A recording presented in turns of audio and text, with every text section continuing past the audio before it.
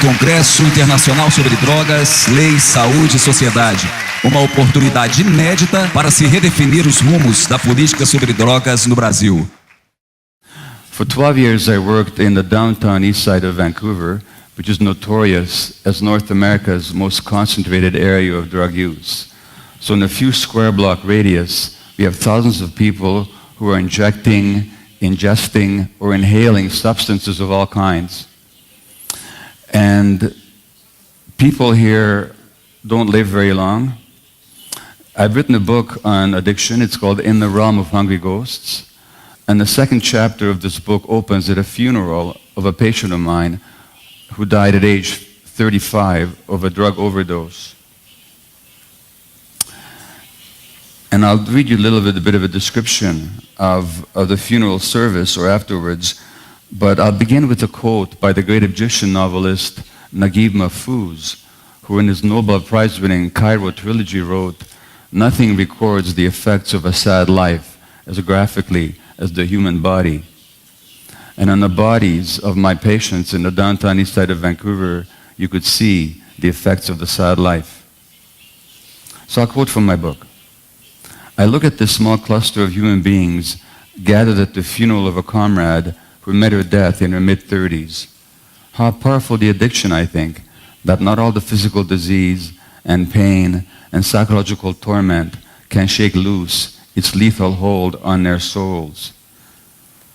Nothing sways them from their habit, not illness, not the sacrifice of love and relationship, not the loss of all earthly goods, not the crushing of their dignity, not the fear of dying. The drive is that relentless." How to understand the death grip of drug addiction?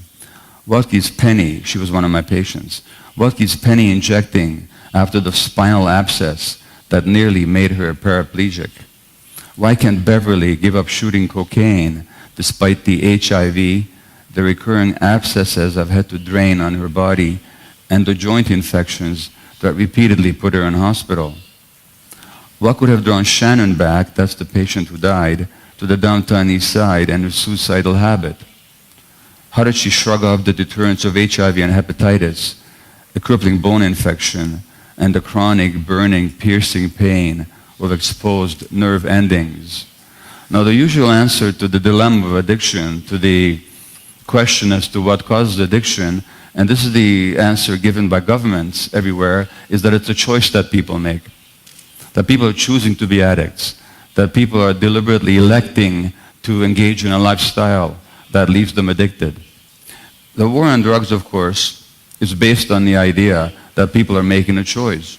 Because if people are making a choice that causes problems for themselves, suffering, and creates difficulties for society, then how do you deal with that choice? Well, you deal with it by deterring it. And how do you deter it? You deter it by means of draconian punishments. And hence, we put people in jail and we make them suffer indeed for their addictions. And it's all based on the idea that it's the choice they're making. Now, I'm just reading a book by Primo Levi, who's an Italian writer who lived through Auschwitz, and he writes in one of his books that it is an obvious observation that where violence is inflicted on human beings, it is also inflicted on language. So when it comes to drug-addicted people, at least in English, we speak about druggies, junkies, losers, degenerates. And I'm sure that in Portuguese you have your own equivalents to those wonderful words. The choice idea then is what accounts for the punishment as the consequence. The other idea around addictions, which is held mostly by the medical profession, is that addictions represent a disease of the brain. But when you ask, and there's a lot of truth in that, the addicted brain is a diseased brain in many ways, but when you ask what causes the disease, the usual answer is that it's genetics, genes. So the current definition of addiction by the American Society of Addiction Medicine says that up to 50% of the drive to addiction is determined by genetics.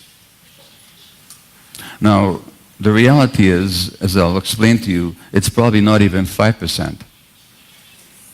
Although the idea that addiction is a genetic disease and the idea that it's the choice that somebody makes, they seem very, very different. They seem very, very opposite. In fact, they have something in common. And what they have in common is they both allow us not to look at the social conditions that actually promote addictions, and they both allow us to ignore what happens to individuals in certain societies, and they both permit us to ignore what happens to certain people in certain groups and certain minorities in certain societies. So they're socially very friendly because they allow us as a society, as institutions, as governments, and as individuals not to take responsibility for what's going on all around us. Well, the problem with the genetic idea is that genes don't actually cause very much. Genes can predetermine, but they don't, genes can predispose. They can predispose, but they do not predetermine. And I'll give you a couple of examples of that. One is there's a group of monkeys that are predisposed to alcoholism because they have a gene that protects them from the sedative effects of alcohol. And that means they can drink a lot of alcohol without getting debilitated, without moving around like that, without falling asleep. So they can drink a lot. So they have this gene that protects them. But in monkeys that are brought up by their mothers, that gene is turned off. It's only turned on in monkeys that are separated from their mothers. In other words, the environment turns genes on and off. And that's called epigenetics, the study of how genes are modulated by the environment. In another study, which came out the year after my book came out, in the United States, they looked at children, some of whom have a gene that may predispose them to addiction, but in families where children were treated well and nurtured in a supportive way, that gene was never turned on. It's already turned on in kids that are treated badly. In other words, the genes do not determine. So what happens then? Well, the first question we have to ask about addiction is not what's wrong with it, but what's right about it. In other words, what problem is the addiction trying to solve in a person's life? Because on some level, all addictions are the results of somebody having a problem in their lives, and they're trying to somehow resolve that problem. Now, Keith Richards, the famous guitarist for the Rolling Stone rock and roll group, as you know, was a heroin addict, and at some point in his biography, he says, I suppose, he says, it was all about the search for oblivion. The contortions we go through, he said, just not to be ourselves for a few hours. Now the question is, why does somebody seek oblivion? Why would somebody not want to be themselves for a few hours? Well, what problem are they trying to solve? Well, let me tell you something personally. In my early 50s, I was diagnosed with attention deficit hyperactivity disorder, which has some features in common with addiction, particularly very poor control of impulses. The medication I was given for my ADHD was Ritalin or Dexedrine. Ritalin and Dexedrine are stimulants. They elevate the level in the brain of a chemical called dopamine. Now I'll speak to you more about dopamine in a few minutes. But the point is that you give somebody this medication that elevates dopamine and it actually calms them down. Well, all the stimulants elevate dopamine, not just Ritalin or Dexedrine. What else are the stimulants? Cocaine is a stimulant. Crystal meth is a stimulant. Nicotine is a stimulant, and caffeine is a stimulant. So many people who are actually addicted to crystal meth, or cocaine, or caffeine, or nicotine are actually trying to raise their dopamine levels so they can feel better. Number one, what else do people self-medicate? If you've ever been given an antidepressant like Prozac or Zoloft, the so-called serotonin uptake inhibitor medications, like I have, what these medications do is they elevate the level of another brain chemical called serotonin. And serotonin is important for mood regulation. Now, what else elevates serotonin levels? Guess what? Cocaine does. People are self-medicating depression when they use cocaine. What else do people self-medicate? People self-medicate bipolar illness with alcohol because alcohol smooths out the highs and the lows of bipolar illness. What else? Post-traumatic stress disorder. A lot of people with PTSD do opiates because the opiates are powerful symptomatic relievers of the manifestations of post-traumatic stress disorder. And as I'll tell you in a few minutes, there's a powerful reason why many people who use drugs actually suffer from post-traumatic stress disorder to one degree or another. People self-medicate anxiety with tranquilizers and opiates. People self-medicate social phobia when you're afraid to go out and speak to people until you have a few drinks or until you shoot cocaine or crystal meth, and then you feel confident for a few minutes. People are self-medicating. So on one level, on the very narrow medical level, addictions are always about self-medications. I said narrow, because the medical perspective is useful, but is hopelessly narrow. It just doesn't look at the large enough picture to understand human beings or human behavior.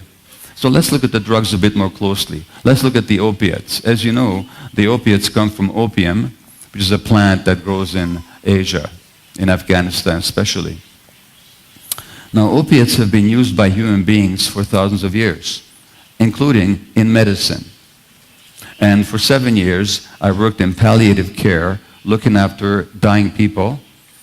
And I was very grateful for the opiates, because without the opiates, a lot of people would die in pain. So the opiates are the most powerful pain relievers that we have. But they don't only relieve physical pain, they also relieve emotional pain. On brain scans, when you do brain scans on people, and you're looking at the biological activity of their brains, and at the same time, you subject them to an experience of emotional rejection, the same circuit, the same part of the brain will light up on the scan as would if you stuck them with a knife. In other words, the suffering of emotional pain is experienced in the same part of the brain as the suffering of physical pain. And the opiates don't only soothe physical pain, they also soothe emotional pain. In fact, if you look at all the drugs, they have a pain-relieving quality. Cocaine is a local anesthetic. It numbs nerve endings. Cannabis has a pain-relieving quality. In palliative care, I would prescribe cannabis to people sometimes for terminal pain. Alcohol has a pain-relieving quality. In North America, at least, there's an expression about somebody who's drunk too much. They say, he is feeling no pain. All the drugs, one way or the other, either relieve pain directly or they distract you from the pain. And that means that the first question in addiction is always, always, always not why the addiction, but why the pain. And if you understand why people have pain, you can't look at their choices. And you can't look at their genes. You have to look at their lives. If you look more closely at the brain biology of addiction, what do we find? Well, why is it that the opiates work in the human brain? After all, they come from a plant far away, but they have such a powerful impact on the human brain. Why? The reason is, as many of you know, is that we have receptors.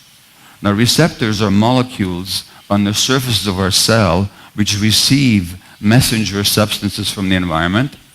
And so the messenger, here's the receptor, and here's the messenger, and if the messenger fits into the receptor, then you have an interaction that tells the cell what to do. And by the way, that's how the environment turns genes off and on, by means of chemical messengers from the environment. So one of these messengers is the opiate that fits into an opiate receptor in the body and in the brain. But then you might ask, why do we have receptors for a plant that comes from Asia? The answer is that we don't. What we have receptors for are our own substances that look just like the opiates. In fact, the human body has an internal opiate system. Those internal opiates, as you know, are called endorphins. Endorphin means endogenous or internal morphine-like substance. So why do we have, and by the way, plants have endorphins too. So all creatures have endorphins. Why do we have endorphins? They play many, many roles in the human body, in the intestines, in the immune system, and everywhere else. But their most important functions for this conversation is in the brain. First of all, endorphins are pain relievers, obviously. So pain is important. I have to have pain. Otherwise, I could bang my head against this hard object and injure myself. So pain warns me that something is dangerous. So you have to have pain, physical and emotional pain, but you also have to have pain relief. So endorphins provide a balance. They provide pain relief. That's their first function. Their second important function is they give us the experience of pleasure and reward. So whenever we're happy, whenever we're elated, whenever we're joyful, it is because in those moments, endorphins have been triggered into our brain. Without the endorphins, we would not have the experience of joy, elation, pleasure, and reward. That's their second function. Their third function is the most important one and the least understood, the least appreciated. And that is the experience of something without which human life is completely impossible, which is the experience of love, the experience of attachment. Attachment means the seeking, the desire for closeness and proximity with another human being. And the reason that we wouldn't survive without it is the human child is the most helpless, the least mature, and the most dependent of any creature in the universe. Without love, without attachment, there's no survival. In a laboratory experiment with mice, they genetically knocked out the endorphin receptors, the opiate receptors of these little mice, baby mice. And these little baby mice in the laboratory did not cry when they were separated from their mothers because the endorphin system wasn't working. Now, what would that mean in the wild for a little mouse not to cry for a baby, not to cry for mother? It would mean their death. In other words, the opiate system is essential to maintain life. Now you take a human being who for whatever reason comes to the conclusion that without this particular chemical, this particular drug, they will not find pain relief, pleasure and reward, or connection in their life. How are you going to take that away from them? What will they not do to hold on to that addiction? And by the way, when it comes to love and attachment, a 27-year-old woman, a sex trade worker in Vancouver, who died of HIV 2 years later, and I asked her what did heroin do for her. She said, excuse me, the first time I did heroin, she said, it felt like a warm, soft hug. It felt like a warm, soft hug. What I'm saying about the opiate addiction is that it arises in a brain circuit without which life is completely impossible. Now I mentioned dopamine to you before. Dopamine is another important brain chemical. In another experiment with mice in the laboratory, you take this little mouse, you put food in his mouth, he chews it, he swallows it, he enjoys it. But if you put the food down a few inches away from his nose, he will not move to eat it. He will not budge. He will in fact starve to death rather than move to eat. Why? Because genetically they knocked out his dopamine receptors. And dopamine is the incentive motivation chemical. Without dopamine, we are listless, we're inert, we're passive, we're unmotivated, we don't do anything. Dopamine is the motivation chemical. Dopamine flows whenever we are exploring a new object or exploring a novel environment. These are essential activities for life. Dopamine flows when we're seeking food, when we're seeking a sexual partner. These activities are essential for life. So again, what I'm saying is that all the drugs, particularly the stimulant drugs, elevate dopamine levels. See, food will increase your dopamine levels by 50%, sex by 100%, cocaine by 300%, and crystal meth by 1200%. By the way, the question I'm asking in this part of my discussion is, who's susceptible for addiction? Because around the many myths around drug addiction, around the many false beliefs, one of them is that drugs are addictive. But obviously drugs are not addictive. Obviously they're not. Is alcohol addictive? Well, it isn't. Most people in this room have had a glass of wine in your life. But most of you probably have not had a drinking problem. Most of you have had, in fact, all of you have had food in your life. But most of you do not have an eating problem, an eating addiction. Most of you have gone shopping, but most of you don't have a shopping addiction. It's the same with drugs. You can give large quantities of morphine for pain relief, for example, to many, many people. Very few of them will get addicted. Most people who try even crystal meth, and even repeatedly, do not become addicted to it. In other words, the power of addiction does not reside in the drug itself. There has to be a combination of a potentially addictive behavior, and by the way, any behavior, any behavior can be addictive, or substance, and a susceptible individual. I should really give you my definition of addiction, which is addiction is any behavior, substance-related or not, that gives you temporary relief, that you crave, gives you temporary pleasure, and has long-term negative consequences, but you can't give it up. That's an addiction. And that means you can be addicted to shopping, to sex, to the internet, to work, to physical activity, or to substances, or to eating, or to gambling, to anything. Or you can do all of those activities and not be addicted to them. So that's what an addiction is. And the question I'm asking is, who's susceptible for addiction? Now, in going through the brain circuits then of addiction, the other important brain circuit that doesn't function in addiction is the circuit of impulse regulation. Now, what is impulse regulation?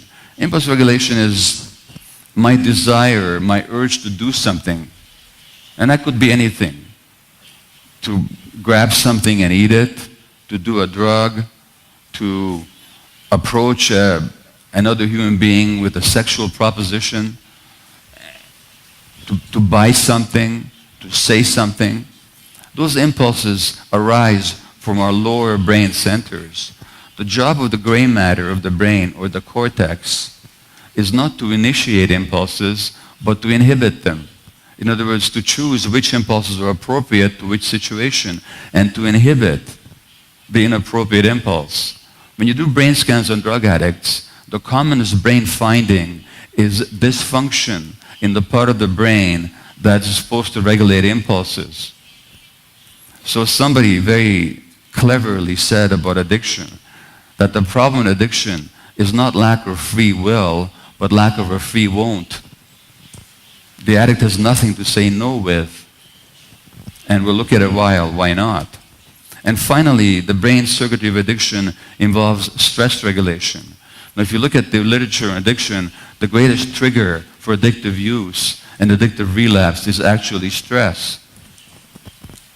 So when you give animals the stress hormone cortisol, they're more likely to want to use cocaine or alcohol to soothe themselves. And the same with drug addicts. Because stress, we have to have stress, because stress helps us escape or to fight back when we're threatened. So that's a physiological response to a threat.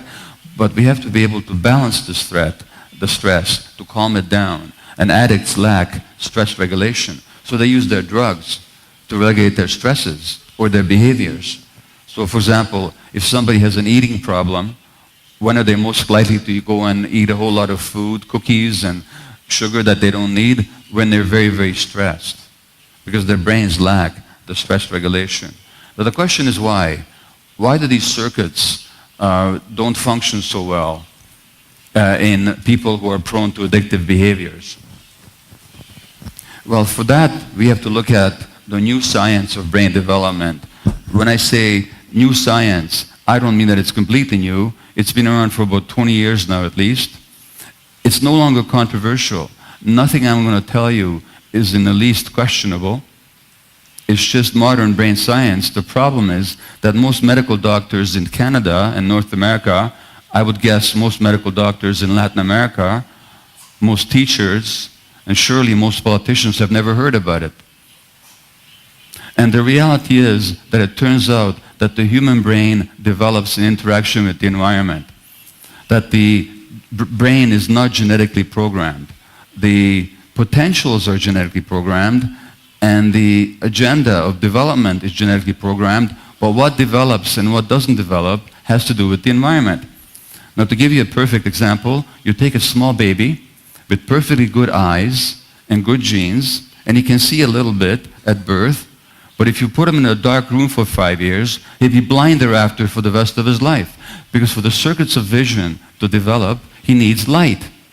Without the input of light waves, without the stimulation of light waves, new circuits will not develop, and even the ones that are present at birth will atrophy and die, and that kid is blind for the rest of his life. Now, the same thing is true of all the circuits that I've been talking about, of impulse regulation, stress regulation, endorphin, pleasure and reward, and dopamine, incentive, motivation. They also need the right environment.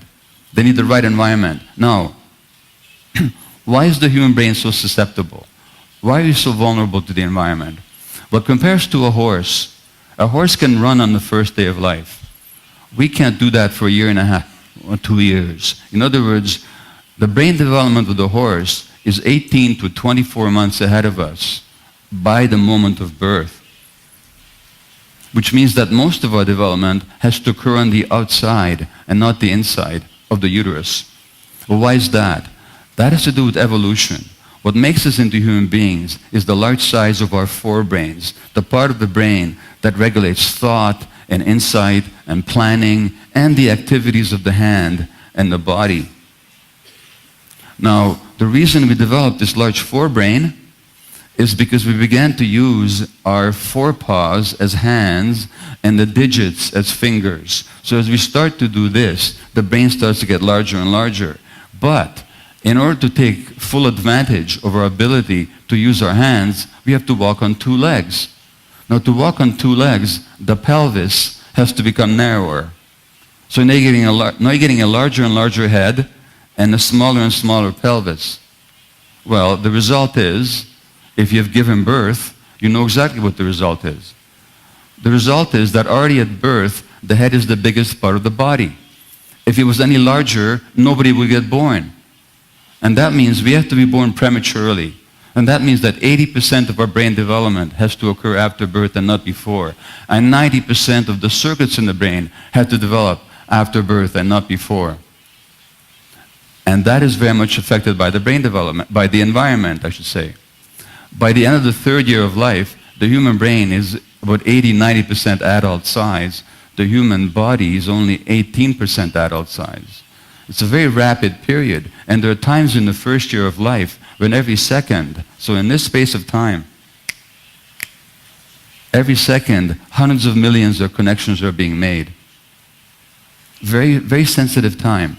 Now, although I say that most of it happens after birth and not before, some of it, very importantly, already begins to happen in the womb, in the uterus, so that we know that if you stress pregnant animals, their offspring will be more likely to use cocaine and alcohol when they grow up to be adults.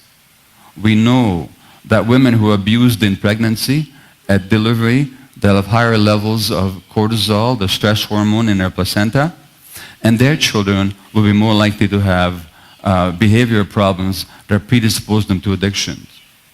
Lots of studies have shown the impact of stress on pregnant women. And by the way, when you look at what's happening in North America, many millions of children are being diagnosed with many, many disorders, and nobody understands what's going on. What's going on is that society has become so stressed that children's brains are no longer getting the right environment for development. That's what's happening, including beginning in the womb. Now, after birth, the same process continues. So what happens to parents The more stressed parents are, the more stressed children are. And the more stressed children are, the more the stress interferes with their brain development. So if you take the example of postpartum depression, if a woman is depressed in a child's first year of life, that child will have elevated stress hormone levels even in the third year and probably for a long time afterwards. At the University of Washington in Seattle, in the United States, they looked at electroencephalograms, EEGs, of the brains of 6-month-old infants whose mothers had postpartum depression, and to compare them to the EEGs, the electrical printout of the neurological activity of the infant's brain at 6 months of children whose mothers were not depressed. And you could look at the EEG, and you could tell from the EEG whose mother was depressed and whose mother was not depressed. In other words, the electrical circuitry of the child's brain is actually programmed by the emotional states of the parents. And I'll quote you from an article that appeared in the journal Pediatrics last year.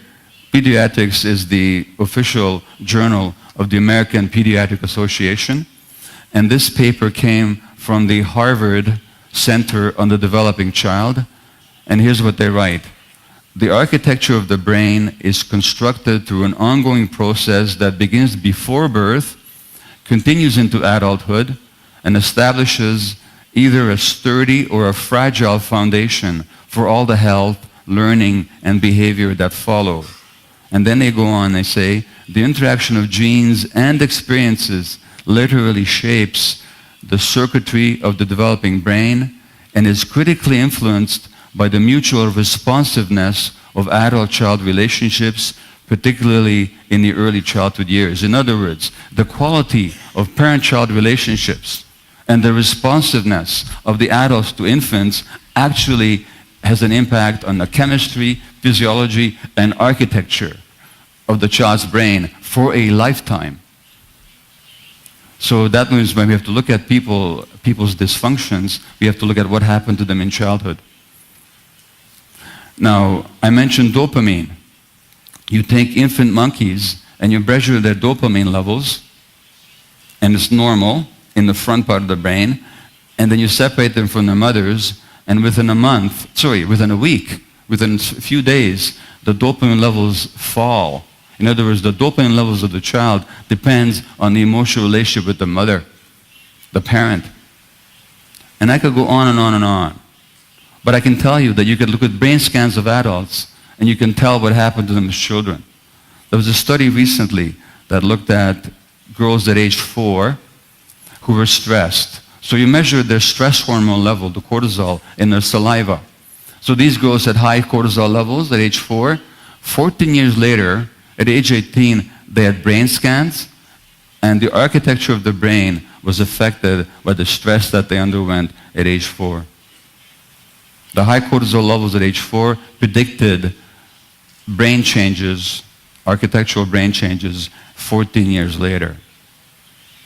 So with that in mind then, we have to ask, what are the conditions necessary? If light is necessary for the development of the visual circuitry, what is necessary for the development of these key brain circuits of endorphins, dopamine, stress and impulse regulation? Well, what is necessary is the presence of emotionally present, consistently available, non-stressed, non-depressed, attuned parenting caregivers. And social conditions that interfere with the capacity of parents to be emotionally present, emotionally available, non-stressed, and non-depressed for their kids will actually have an impact on the brain development of children.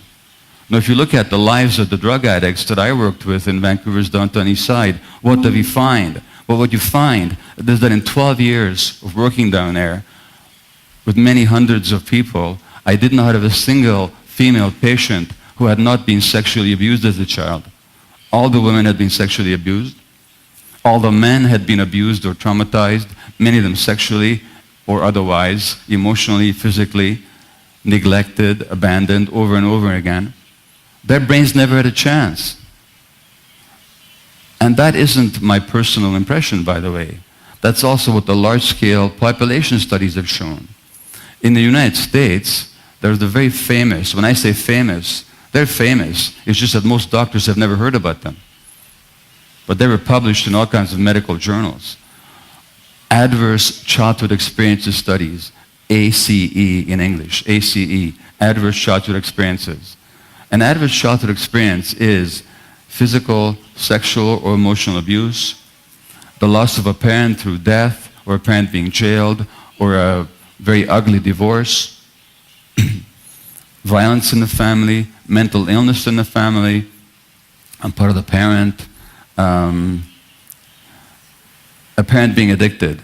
And for each of these adverse childhood experiences, the risk of addiction goes up exponentially.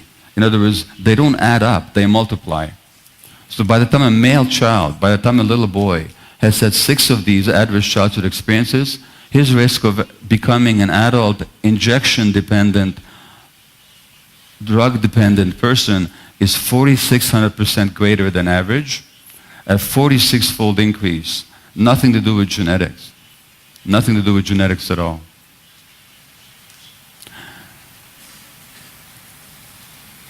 And that's the story of people who become heavily addicted. It's always based on trauma, and it's always based on significant emotional loss in childhood, which does 3 things. First, it shapes the architecture of the brain in a way that predisposes that person to addiction. When they do a drug, they feel normal for the first time. The drug addict just wants to feel normal. That's how they feel normal. Number 1. Number 2, it gives them that emotional pain that all their lives they're trying to run away from or trying to soothe through the use of drugs or other behaviors. Because by the way, let me tell you, if you look at the brains of gamblers, the same circuits are active as are active in drug addicts. In other words, there's a universal addiction process that involves the same brain chemicals, the same brain circuits, the same centers, the same emotional dynamics, the same pain, the same spiritual emptiness that's at the heart of drug addiction as well.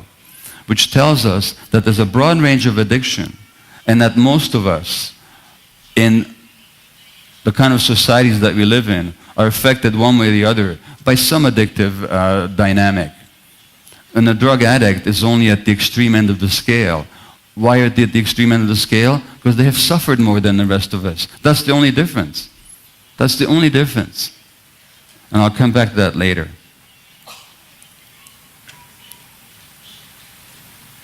Now, if we look at the specific populations that are affected by it, in Canada, we have what's called the First Nations or Aboriginal population, the so-called North American Indians, although they're not Indians at all, but Aboriginal people, First Nations people. If you look at the jails in Canada, 30% of the people in jail, 30 to 40% are First Nations origin. They only make up 2% of the population. So they're represented in the jail population much higher rates than they are in the general population. And in the downtown east side of Vancouver, 30% of my clients were First Nations origin. Why? Not because genetically they're predisposed, but because they've been traumatized more than the rest of us. I know there's a history here in Brazil, and unfortunately, I also know that history is not finished yet. That history is not finished yet because we're not finished yet taking from the Aboriginal people what we want, their lands and their forests. So we continue to isolate them and to persecute them. The result, of course, is trauma. Now in Canada, this went on for hundreds of years. The loss of land, the loss of spiritual validation, the exclusion from normal activities that they were used to, the loss of nature. And then for 100 years in Canada, their children were actually taken away from them and they're forced to go to what's called residential schools, where every attempt was made to force them not to be Indian anymore. The idea was to take the Indian out of the Indian. And where many of them were sexually abused. No wonder then that if you look at the native communities in Canada, there's a much higher rate of mental illness, of addiction, of suicide, and of abuse. Because we pass on our suffering from one generation to the next. And no matter where you look in the world, wherever colonization has taken place, you get high rates of addiction amongst the colonized people, not because genetically they're predisposed, but because the trauma that's involved in colonization. And of course, the same factors influence people who are economically disadvantaged, who are otherwise excluded from society. And then these are the people that we put into our jails. Now, if on the individual level, therefore, the base of addiction is emotional loss and trauma in childhood, then on the social level, it's what we call social dislocation. When you dislocate people from their natural ways of being or their families, and this is happening all over the world. In China, for example, hundreds of millions of people, or in India, are being displaced from their natural communities and their families. You can get a highly increased rate of addiction. So social dislocation is the social basis of addiction. This is an article from Canada, from Toronto. This is about a policeman in Toronto, Canada, Canada's largest city, who spent his career protecting children. And I'll read from the book. Detective Sergeant Paul Gillespie, head of Toronto Sex Crimes Unit, rescued children from the purveyors of internet pornography. As the Globeand Mail, which is a Canadian newspaper, reported on his retirement from police work, 6 years at that job had not inured him to the horrors that he witnessed. And this is what the article writes. Paul Gillespie still can't get used to the sounds of crying and pain in the graphic videos of children being raped and molested that he has seen all too often on the web. It's beyond horrible to listen to the soundtracks of these movies, said Canada's best-known child porn cop. But it is the silent images of desolate children that tear most at his heart. They're not screaming, just accepting, he said, of the infants captured in these pictures. They have dead eyes. You can tell that their spirit is broken. That's their life. Well, there are 2 points to be made.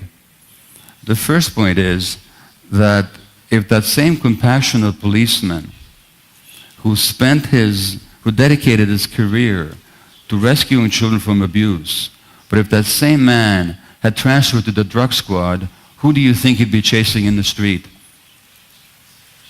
Those same children that he didn't rescue. Because according to all the developmental data, all the brain research, and all the sociological research, they're the people who become addicted. So this is what we do in this world of ours. We do our best, not good enough, to protect children, and then when we fail to protect them, we punish them later on because they turn to drugs to soothe their pain. That's what we do. So we have this so-called war on drugs. But there's no war on drugs.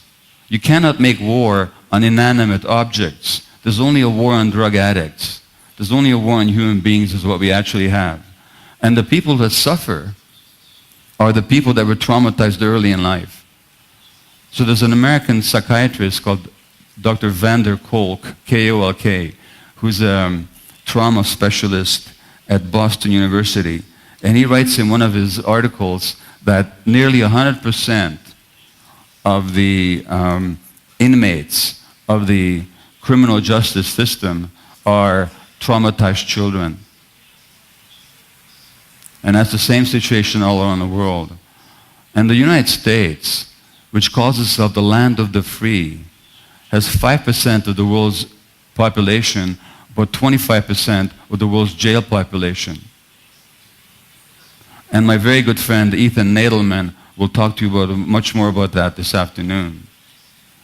But the second point about that quote that I read you is when he talked about the children's eyes. He said the eyes are dead. Well, why do a child's eyes go dead? A child's eyes go dead because it's the child's only protection. Children can't fight back. They can't escape. How they protect themselves, not consciously and not deliberately, is that they shut down their feelings because the feelings are too painful. So their eyes go dead. Now they don't see, they don't feel. That allows them to survive the trauma. It also means that it deadens their emotions. They lose their satisfaction and connection to life. Now they have to use drugs to feel alive. And it also means that they stop developing. Because for development, you need vulnerability. Vulnerability from the Latin word vulnerare, to wound. Human beings are profoundly vulnerable from conception until death. And there's nothing the brain can do to protect us from vulnerability, but the brain will protect us from the overwhelming sense of vulnerability, from the awareness of it when it's too painful to bear, when it's too overwhelming, when it's too much. But for growth, for development, you need vulnerability. Nothing grows when it's not vulnerable. A tree does not grow where it's hard and thick. It grows where it's soft and green and vulnerable. A crab doesn't grow inside the hard shell. To grow, it has to mold. It has to make itself very soft and vulnerable. And the same with human beings. So when people harden themselves early in life, as a way of protecting themselves, how do we help them later on? Do we help them later on by punishing them? Do we help them later on by making life more difficult for them? If we understand that stress is the biggest trigger for addictive relapse, do we help people by making them stressed, by marginalizing them, by judging them, by criminalizing them? Is that how we help people? By putting them in jails where they get no treatment except maltreatment, bad treatment, when there's no rehabilitation, there's no support? Is that how you help human beings? Well, it follows that if you really want to help people that were hurt in life, you have to do just the opposite. You actually have to love them. When I say love them, I don't mean you have to have warm, fuzzy feelings in your heart. I mean, you have to treat them with love. You have to respect them, accept them for exactly who they are at, and not judge them and not criticize them. And that brings up the question of why are we so quick to judge the addict anyway? When we actually think about it honestly, we recognize that so many of us, myself included, and many of you included as well, have had certain addictive patterns in your life. Why do we judge the addict so hard? Well, we judge the addict so hard precisely because we have this need to feel superior. Because we don't want to recognize in ourselves that actually we're just the same as they are. So we make ourselves feel good, and society feels very moral and very self-righteous by judging the addict. It's a comfortable way of not looking at our own problems. It's also a comfortable way of punishing them for something that's not their fault at all. So we have to have policies that reflect reality, that reflect science, that reflect human experience. Now in Vancouver, for 2 years, I worked at North America's only supervised injection site. Supervised injection means that people can come to this facility, they can bring their drugs, whether it's cocaine or heroin, or crystal meth, whatever it is. They're given clean needles, sterile water to inject with, and supervision so that they inject relatively safely. The intention is to reduce the harm. Because obviously, if people are using clean needles, they were not going to pass on hepatitis or HIV to one another. If they're using sterile water instead of puddle water from the back alleys of the downtown east side, they won't be making themselves sick. And if they overdose, they're resuscitated. And that's called harm reduction. It's a very unique facility, but it's the only one of its kind in North America, the only one of its kind in Canada, and probably the only one of its kind in the Western Hemisphere. The Canadian government, in its wisdom, tried to shut it down because they said we're promoting addiction. We're not promoting addiction. We're just accepting that people are addicted. If you want to help them, you actually have to accept them where they're at and support them where they're at. And that way, there's a chance of rehabilitating them. Because Because the good news is, and I'm going to finish here in a moment and take some questions, but the good news is that the human brain, even though it does develop early in life, it's capable of developing new circuits even later on in life. And that's called neuroplasticity, the ability of the brain to develop new circuits in response to new experience. So it's not like vision. It's not over at age 5. In these key brain circuits that I've been talking about, you can get new development later on, but only if the conditions are right. When you isolate people in jails, you're actually reducing the number of dopamine receptors that they have. If you want to promote healthy brain development, you have to provide healthy conditions. Healthy conditions. Now, in English at least, healing from addiction is called recovery. Recovery. I don't know what the Portuguese phrase is, but recovery means, the word recover is very interesting in English. It means to find again. To find again. But what is it that people find when they recover from addiction? What they find is they find themselves. They actually find themselves. But if they find themselves, that also means that their selves have been there all along. They just lost contact with it. They lost contact with their selves because of what happened to them early in life. Because the greatest effect of early loss and early trauma is the disconnection from yourself. And when people find themselves again, now they're healthy, now they're whole. And I'm going to quote you what the Catholic monk and writer Thomas Merton had to say about that. And he was not talking about addiction. He was talking about finding ourselves in general. But it applies to addiction. He said, in order to gain possession of ourselves, we have to have some confidence, some hope of victory. And in order to keep that hope alive, we must usually have some taste of victory. We must know what victory is and like it better than defeat. Now, what is victory? Victory for somebody who society has mistreated and abandoned is to be treated like a human being. Victory for somebody who's been judged and excluded and criticized is to be accepted. And that's the approach we have to take. Not this harmful, useless, and anti-human war against human beings. And I actually believe, I firmly believe this, that if we actually adopted an attitude of acceptance and understanding, of compassion and scientific comprehension towards drug addicts and towards drug use in general, we would not only have much more humane and much more effective policies, we would also have a much better society for all of us. Thank you.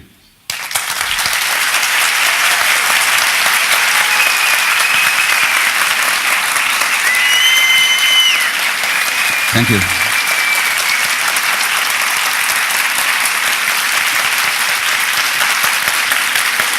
Thank you.